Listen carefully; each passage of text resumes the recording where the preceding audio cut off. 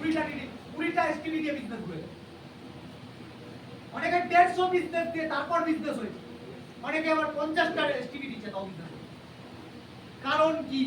কারণ স্ট্র্যাটেজি, কারণ প্ল্যানিং, কারণ বুঝে বুঝে করা আলাদা জিনিস, না বুঝে করা আলাদা জিনিস। তোমাকে যদি করতে হয় বিজনেসটা একটু বুঝে করো। আমি কথাটা ক্লিয়ার করতে পারছি? আজকে অনেকের প্রবলেম কি ভাই, ডিসিশন নিতে পারে না, স্মার্ট ভ্যালু করব কি করব না। কেন ডিসিশন নিতে পারছে না? নাকি ও যেই পাড়ায় থাকে ওই পাড়ায় কিছু বিজ্ঞ মানুষ আছে যাদের সাথে তার কন্টাক্ট আছে। আমাদের বেসিক্যালি কন্টাক্ট থাকে অনেক বিজ্ঞ মানুষদের সাথে, ওরা তোমার ফিউচার খেয়ে নেবে, তুমি বুঝতে পারবে না। আগে ওরা চায় না তুমি কোটিপতি হও, ওরা নিজে চাকরি করে তোমাকে বলবে চাকরি, নিজে 12 ঘন্টা দেয় একটা কোম্পানিতে, তোমাকে বলে 12 ঘন্টা দাও একটা কোম্পানি।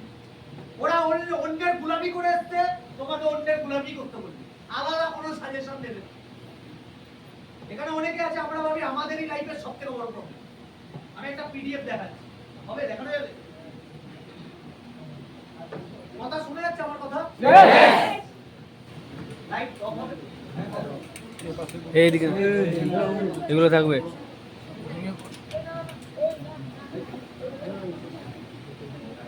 দেখা যাচ্ছে? এদিকে এদিকে লেজেন্ড লেজেন্ড লেজেন্ড। এনার ব্যাপারে আমি পুরো সম্পূর্ণ এখন বলতে পারবো, আমি কিছু দেখাবো। Okay ready? এই যে স্বামী বিবেকানন্দকে দেখলে এখানে অনেকে জানেই না হয়তো, টাটাকে চিনি আমরা, tata sir Ratan Tata. Sir Ratan টাটার বংশের প্রথম বিজনেসম্যানকে জামশেদজি টাটা। অনেক এখানে আশা করি ইনফরমেশন তাদের কাছে নেই। জামশেদজি টাটা সাথে স্বামীজির জাহাজে দেখা হয়েছে। কি জাহাজ? যেই জাহাজ জলে চলে। কত পরে ওঠাবে? আমি টাইম দেব, টাইম দেব। কি বললাম কথাটা? জামশেদজি টাটার সাথে স্বামীজির দেখা কোথায় হয়? জামশেদজি টাটার সঙ্গে যখন ওদের কথা হয়, দুজনের সাথে যখন কথা হয়, তখন স্বামীজি জিজ্ঞাসা করেছিল আপনি কি করেন? তখন জামশেদজি টাটা বলে বিজনেস। তো জামশেদজি টাটাকে জিজ্ঞাসা করা হয় যাচ্ছেন কোথায়? তখন বলছে বিজনেস করতে। কোথায়? বাইরে। কোন বাইরে? বিদেশ। কোথায় চলে যাচ্ছিল? বিদেশ। বিদেশ। তখন বললো কেন বিদেশ যাচ্ছেন? তবে তখন ভারতবর্ষে ইংরেজদের দখলে, ভারতবর্ষে বিজনেস করা যাবে না, ইংরেজরা ভালো না। তখন কি হলো? স্বামীজি বলল আপনাদের ভবিষ্যৎ ভারতবর্ষে, আপনি ভারতবর্ষে বিজনেস করুন, আগামী দিনে আপনি লিড করবেন ভারতবর্ষ, সবথেকে বড় বিজনেস আপনার ভারতবর্ষ থেকে হবে। স্বামীজির কথা শুনে টাটা গ্রুপ অফ ইন্ডাস্ট্রি ভারতবর্ষে বিজনেস করা চালু করে। আজকের ডেটের রেজাল্ট তোমাদের হাতে। আজকে 67% টাটা গ্রুপের 67% টাকা ডোনেট করা হয় ভারতবর্ষের জন্য। জানি এটা আমি? জানি আমরা? তাহলে স্বামীজি কে যে টাটাকে বিজনেস করতে সাজেশন দিয়েছিল? ভারতবর্ষের ডেভেলপমেন্টের জন্য। নেতাজি চিনি? নেতাজিকে? লেজেন্ড। নেতাজি কার জন্য হয়েছে? অনেকে জানে না। নেতাজি ছোটবেলা থেকে একজনের বই পড়তো, সেটা হচ্ছে স্বামী বিবেকানন্দ। ছোটবেলা থেকে স্বামী বিবেকানন্দের বই পড়ে পড়ে পড়ে পড়ে তারপর মাইন্ডে এসছে দেশের জন্য কিছু করতে হবে। তাহলে নেতাজিকে বানিয়েছে কে? স্বামীজি। তাহলে স্বামী বিবেকানন্দের ব্যাপারে কিছু একটা আজকে শুনি। Okay ready?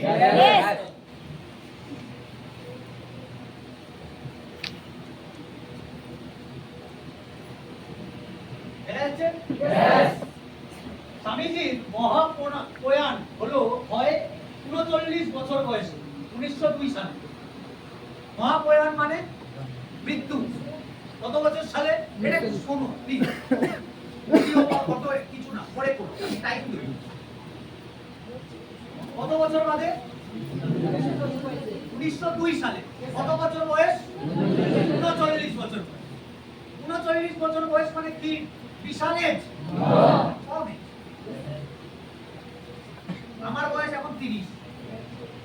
আমার থেকে 9 বছর বয়স যখন হয়, মানে আমার যখন 39 বছর বয়স হবে, আমি বিশাল কি দিয়েছিলাম, তখন মৃত্যু হয় স্বামী।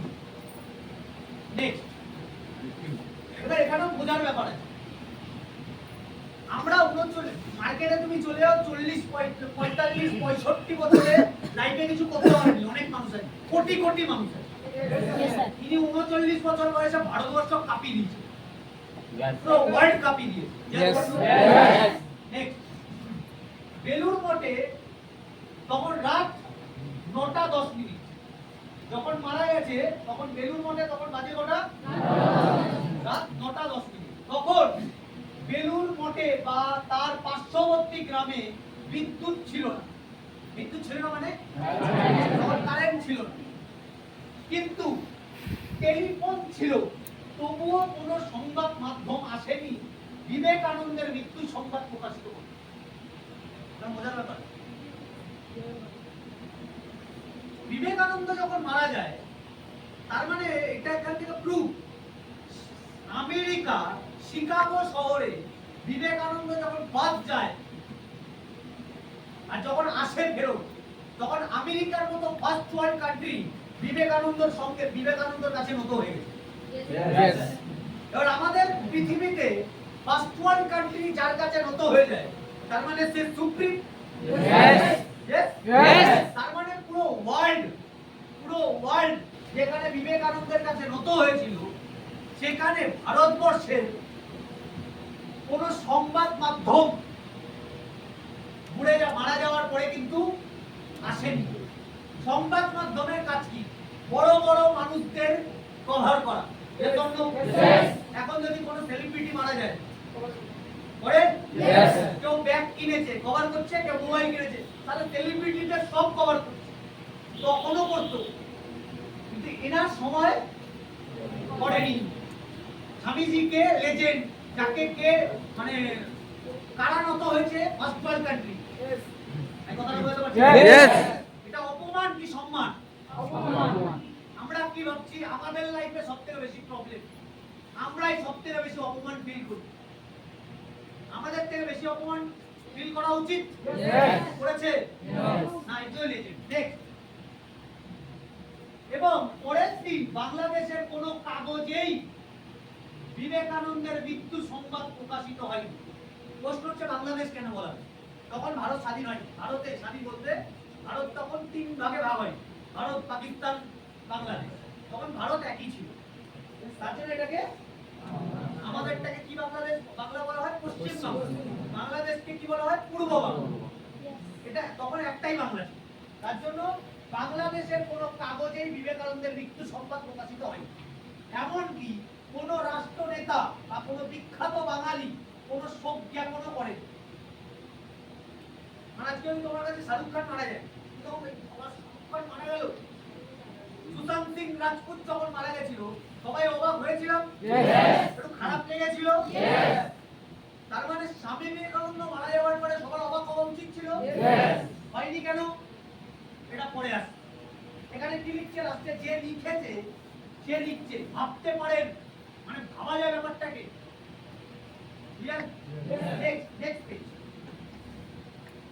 স্বামীজি তার স্বল্প জীবনে অপমান অবহেলা বহু পেয়েছে। স্বল্প জীবন মানে অল্প জীবনকাল, অল্প বয়স। অল্প বয়সে যা করে দিচ্ছে অনেক কিছু, যেটা আমরা স্বপ্নেও কল্পনা করতে পারবো। কিন্তু এই অনেক কিছু করার পরে কি পেয়েছে? সম্মানের জায়গায় অপমান। উপেক্ষিত হয়েছে বারবার, মানে বারবার নেগলেক্টিং হয়েছে। পিতার মৃত্যুর পর স্বজ্ঞাতীদের সঙ্গে কোর্ট কাচারি করতে হয়েছে তাকে বহুবার। হাজিরা দিয়েছেন কাজ করে। মানে স্বামী বিবেকানন্দ, আগে তো আর স্বামী বিবেকানন্দ ছিল, তখন নরেন্দ্রনাথ দত্ত ছিল। নরেন্দ্রনাথ দত্তের বাবা ছিল ব্যারিস্টার। ব্যারিস্টার মানে আজকের ডেটের লয়ারকে তখনকার ডেটে ব্যারিস্টার।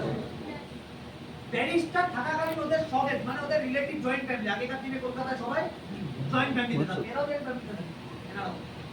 এবার যখন জয়েন্ট ফ্যামিলিতে থাকতো, ওই জায়গা সম্পত্তি নিয়ে ঝামেলা হতে হতে স্বামীজিকে ঠকিয়েছিল আর বারবার কোর্টে দৌড়াদৌড়ি করতে হয়েছিল। নেক্সট, মানে গরিব হয়ে গেছে, মানে স্বজ্ঞাতীরা সব সম্পত্তি নিয়ে নিয়েছে। নিদারুণ দরিদ্রের সংসারে সকালে উঠে অফিস পাড়া ঘুরে ঘুরে চাকরির খোঁজে বেরুতেন। মানে দরিদ্রের সংসার, কন্ডিশন ভালো ছিল না তখন, তার জন্য কোথায় যেত? অফিস পাড়া। মানে কি, প্রতিটা জেলায় দেখবে, প্রতিটা ডিস্ট্রিক্টে দেখবে একটা অফিসের মানে একটা জায়গা থেকে যেখানে শুধু অফিসার অফিস। আমাদের কলকাতায় কোথায় দুটো জায়গা, একটা সরটেক সেক্টর 5, আর একটা দেখবা ডালহৌসি, ধর্মতলার ডালহৌসি। यस এখানেও তেমন অফিস পাড়া ঘুরে ঘুরে শুধু চাকরির খোঁজ করতে। নেক্সট, দিনের পর দিন মাকে বলতেন, মা আজ রাতে বন্ধুর বাড়িতে খেতে যাব। প্রায় দিন দেখতেন সংসারে চাল ডাল নুন তেল কিছুই নেই, কিন্তু ভাই ও বোন নিয়ে 5টা পেটের খাবার কিভাবে জুটবে জিজ্ঞাসা চিহ্ন। মুদির দোকানে ধার করে মাকে 1-2 দিনের চাল ডাল দিয়ে মাকে বলতেন, আমার রান্না করো না মা, দিন 2 বন্ধুর বাড়িতে নেমন্তন্ন আছে, কিন্তু কোথায় নেমন্তন্ন। মানে বাড়িতে এতটাই দরিদ্র ছিল, মানে পরিবারে টাকার অভাব ছিল, মাকে রেগুলার লেভেলের মিথ্যে কথা বলতো যে আমার জন্য রান্না করো না, বন্ধুর বাড়িতে রাখেন। মুদি দোকানে যেত, চাল ডাল নুন যেগুলো দিত 2 দিনের দিত, বাড়িতে দিয়ে দিত, বাড়িতে দেওয়ার পরে বলতো আমার জন্য রান্না করো না, কিন্তু এগুলো মিথ্যে কথা, কোনো নেমন্তন্ন ছিল না। এবার তুমি বলো, এটা প্রবলেম না নরমাল? এই প্রবলেম আমরা ফেস করেছি? মাইন্ডসেট আছে করার? ও, এই সত্যি কথাটা বেরো ভালো লাগে। এরকম মাইন্ডসেট আমাদের নেই, এটা স্বামীজিরই ছিল, এই জন্য স্বামীজি লেজেন্ড। यस আমি কথাটা ক্লিয়ার করব? यस নেক্সট, অনাহারে আর অর্ধ পেটে থাকতেন তৎকালীন নরেন্দ্র, মানে তখনকার দিনে নরেন্দ্র বলা হয়। অনাহার আর অর্ধ পেট, মানে ম্যাক্সিমাম খেত না। লাস্টে দেখবে মারা যাওয়ার রিপোর্ট যখন পেয়েছে, এখন সবাই জানে এটা স্বামীজির অল্প বয়সে মারা যাওয়ার কারণই ছিল না খাওয়া। এত না খেতে পেত না বলে ম্যাক্সিমাম না খেয়ে খেয়ে খেয়ে খেয়ে লিভার ড্যামেজ ছিল। Next page, next page, next page দাও। আগে নেক্সট পেজটা দুবার আছে, নেক্সট পেজ দুবার আছে। यस यस চরম দরিদ্রের মধ্যে সারা জীবনটা টেনে নিয়ে গেছে। 23 বছর বয়সে শিক্ষকের চাকরি পেলেন মেট্রোপলিটন স্কুল। কোথায় চাকরি পেয়েছে? মেট্রোপলিটনতে একটা 23 বছর বয়সে শিক্ষকের চাকরি পেলেন, যার প্রতিষ্ঠাতা বিদ্যাসাগর মশাই। বিদ্যাসাগর কে? ঈশ্বরচন্দ্র। তার স্কুলে চান্স পেয়েছিল বিদ্যাসাগর। এবার মজার ব্যাপার, তার বিদ্যাসাগর মশাই আর হেডমাস্টার বিদ্যাসাগরের জামাতা। জামাতা মানে জামাই, মানে ওই স্কুলটা প্রতিষ্ঠা করেছিল বিদ্যাসাগর, কিন্তু ওই স্কুলের মানে হেডমাস্টার কে ছিল? জামাই। জামাতা পছন্দ করতেন না নরেন্দ্র দত্তকে। মানে কাকে পছন্দ করতেন না? স্বামীজিকে পছন্দ করতেন না। মানে স্বামীজির ট্যালেন্ট বেশি ছিল, এটার কারণ হিংসা করতে। শ্বশুরকে বলে খারাপ পড়ানোর অপরাধে বিদ্যালয় থেকে তাড়িয়ে দিলেন বিবেকানন্দ। মানে ক্রিটিসাইজ হলো যে স্বামীজি ভালো করে পড়াতে পারে না, ফালতু পড়ায় নরেন্দ্র, থেকে তারা স্কুল থেকে, নাহলে স্কুল বরবাদ হয়ে যাবে। আমাদের মধ্যে এই সোসাইটিতে আমাদের মধ্যে ক্রিটিসাইজ কমপ্লেন হয়? আমরা ভেঙে পড়ি। স্বামীজি কি করেছে ঠিক, তারপর কি কোথায় গেল? খারাপ পড়ার অপরাধে বিদ্যালয় থেকে তাড়িয়ে। অথচ তার জ্ঞান ও বুদ্ধি উৎপত্তি মানে বিরাট লেভেলে ছিল, যেটা একটু আগে বললাম। জ্ঞান বুদ্ধি সব ওর হেডমাস্টার থেকে বেশি ছিল, তাই হিংসা করত। আবার বেকার বিবেকানন্দ, চাকরি চলে যাওয়ার পরে আবার বিবেকানন্দ বেকার। বিদেশেও তার নামে এক বাঙালি গুরু প্রচার করেন। মানে বিদেশে একটা বাঙালি গুরু ছিল যে বিবেকানন্দের ব্যাপারে কি প্রচার করেছে, বিবেকানন্দের বেশ কয়েকটি বউ ও 10-12 ছেলে পুলের পিতা ও এক আস্ত ভণ্ড ও জুয়াখোর, তার নামে ক্রিটিসাইজ করেছে। আমাদের নামে বদনাম হলে আমরা ভেঙে পড়ি। এটা কার নামে বদনাম হচ্ছে? স্বামীজি। বোরিং লাগছে? ইন্টারেস্টিং লাগছে? এগুলো জানা উচিত। বাবর অনেক যেগুলো লাভ নেই করে, এগুলো করে লাভ আছে। Next page. দেশে ও বিদেশে অর্ধ পেটে বা অভুক্ত থেকেছে দিন থেকে দিনান্তে। মানে দেশে ও বিদেশে যখন ও ঘুরে বেড়াতো, সনাতন ধর্ম প্রচার করতো, তখন কি হয়েছে? মানে ম্যাক্সিমাম দিন খেতেন না। চিঠিতে লিখেছিলেন, কে লিখেছিল? স্বামীজি। কতবার দিনের পর দিন অনাহারে কাটিয়েছি, মনে হয়েছে আজই হয়তো মরে যাব। কার মনে হয়েছে? স্বামীজি। ইয়েস। জয় ব্রহ্ম বলে উঠে দাঁড়িয়েছে, বলেছি আমার ভয় নেই, নেই মৃত্যু, নেই ক্ষুধা, আমি পিপাসাবিহীন। জয় ব্রহ্ম মানে ভগবানের নাম নিয়েছে আর উঠে দাঁড়িয়েছে, নিজেকে নিজে মোটিভেট করেছে। আমরা কি করি? লোকের থেকে মোটিভেট দিতে চাই।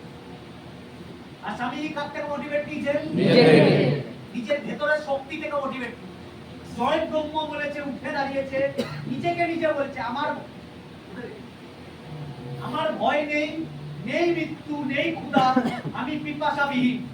এবার জগৎকে চ্যালেঞ্জ দিচ্ছে, মানে নেচারকে চ্যালেঞ্জ দিচ্ছে, সুপ্রিমকে চ্যালেঞ্জ দিচ্ছে। জগতের কি ক্ষমতা আমাকে ধ্বংস করে? তাকে চ্যালেঞ্জ দিচ্ছে জগৎ।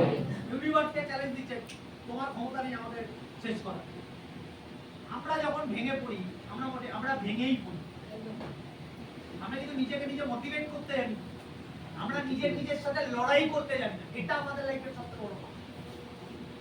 লড়াই করতে হবে। প্রবলেম আমাদের কাছে আসছে না, সবার কাছে প্রবলেম এসেছে। আমরা ভাবি শুধু প্রবলেম আমাদের কাছেই আসে। ওপরওয়ালা আমাদেরকেই পরীক্ষা দিচ্ছে, কোনো পরীক্ষা নিচ্ছে না। এটা প্রসেস। তোমাকে বড় জায়গায় যেতে গেলে প্রসেস তোমাকে পার করতে হবে। এমনি তোমার বাড়িতে কোটি টাকা ঢুকতে পারে না। তুমি যদি ভাবো আমার বাড়িতে একটা গাড়ি ঢুকবে, এমনি হতে পারে না। বাইরের মার্কেটে অনেক বড় বড় মানুষ আছে, অনেক বড় বড় গাড়ি কিনে ঘুরে বেড়ায়। তুমি একটা নেতা, তুমি যদি বলে একটা দাদা নেতা, ও তো ভালো কাজ করে না। আরে ভাই, স্ট্রাগল করে, ভালো করুক খারাপ করুক। খারাপ কাজ করতে গেলেও স্ট্রাগল লাগে, ভালো কাজ করতে গেলেও স্ট্রাগল লাগে। ইয়েস। লড়াই তোমাকে দুপক্ষই করতে হবে। আর লড়াই যদি করতেই হয়, বুদ্ধিমান মানুষরা ভালো কাজই করে। ইয়েস। বুঝা গেল কথাটা? Yes. নেক্সট। অসুস্থ বিবেকানন্দ বিশ্ব জয় করে কলকাতায় এলেন। তার সংবর্ধনা সভাতে আসতে রাজি হয়নি অনেক বিখ্যাত বাঙালি। মানে বিশ্ব জয় মানে কি? মানে শিকাগোতে পিস দিয়ে দিয়েছিল। সবাই নত হয়ে গেছিল স্বামীজির সামনে, নলেজের সামনে, আপনার চিন্তার সামনে। তারপরেও কিন্তু ভারতবর্ষের কোন বিখ্যাত লোক তাকে সম্মান দিতে আসেন। এটা কি বলে? সম্মান না অপমান? অপমান। নেক্সট। অনেক বিখ্যাত বাঙালি, নামগুলি অব্যক্ত, মানে নামগুলো বলেন। শেষে প্যারিচাঁদ মিত্র রাজি হলেও, মানে শেষে একটা প্যারিচাঁদ মিত্র বলে একজন মানুষ ছিল, বিখ্যাত বাঙালি, সে রাজি হয়েছিল। তিনি বলেছিলেন ব্রাহ্মণ নয় বিবেকানন্দ, ও কায়েত, তাই সন্ন্যাসী হতে পারে না। আমি ওকে ব্রাদার বিবেকানন্দ বলে মনে রাখবো। মানে ও ব্রাহ্মণ, তখনকার দিনে জাতপাতের ব্যাপার ছিল। হ্যাঁ, তাছাড়া ওকে ব্রাহ্মণ বলবে না, সন্ন্যাসী বলবে না, ওকে কি বলছে? ব্রাদার। 1898 বিদেশের কাগজে তার বাণী ও ভাষণ পড়ে আমেরিকানরা অভিভূত আর বাঙালিরা, মানে একটা কাগজে ওর বক্তৃতা বেরিয়েছিল, পাগলা হয়ে গেছিল। মানে শিকাগো, আমেরিকা, এটা কি হয়েছিল? পাগল হয়ে গেছিল। কি স্পিচ দেয়। নেক্সট। সেই বছরের অক্টোবরে অসুস্থ স্বামীজি কলকাতার বিখ্যাত ডক্টর রসিকলাল দত্তকে দেখাতে যান। মানে তখনই স্বামীনারায়ণ অসুস্থ হয়ে যায়।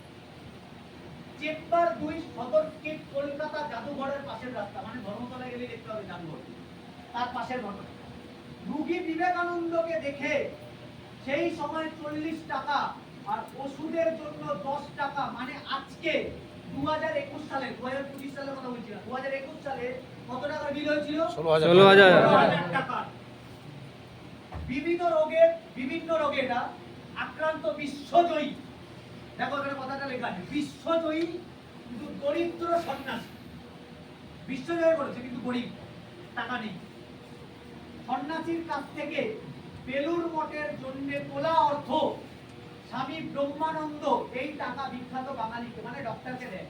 বেলুর মঠের জন্য তোলা টাকা স্বামী বিবেকানন্দের পেছনে খরচা করা হয় 16,000 টাকা। আজকে বোঝা গেল? তার মানে গরিব ছিল না বড় লোক ছিল? গরিব। বিবেকানন্দর মৃত্যুর কোনো ফটো নেই। বিবেকানন্দর মৃত্যুর কোনো ফটো নেই। এটা অপমান না সম্মান? অপমান। এমনকি বীর পুরুষের কোনো ডেথ সার্টিফিকেটও নেই, কিন্তু সেই সময় পালি মানে বেলুর মিউনিসিপ্যালিটি ছিল। মিউনিসিপ্যালিটি চাইলে কি দিতে পারতো? Death certificate. ডেথ সার্টিফিকেট, কিন্তু দেয়নি। আর এই মিউনিসিপ্যালিটি বেলুর মঠের প্রমোদ কর ও ট্যাক্সও নিত বেলুরের থেকে। Next page.